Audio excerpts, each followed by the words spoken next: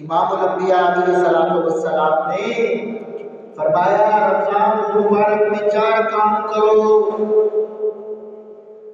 Number 1، کلمہ طیبہ کا ورد، کلمہ طیبہ کثرت سے کہو، لا الہ الا اللہ، لا الہ الا اللہ، لا الہ الا اللہ، لا الہ الا اللہ محمد رسول اللہ۔ دوسرا،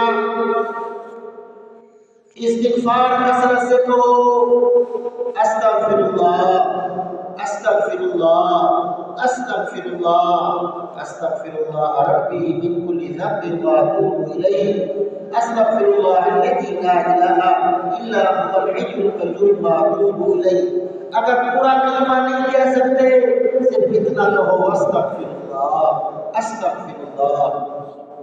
اور دوسری 2 چیزیں، اللہ سے جنت طلب کرو، اے اللہ ہمیں جنت عطا فرما، اور اللہ سے جہنم سے پناہ مانگو کہ اے اللہ ہمیں جہنم سے پناہ عطا کر، جہنم سے محفوظ فرما۔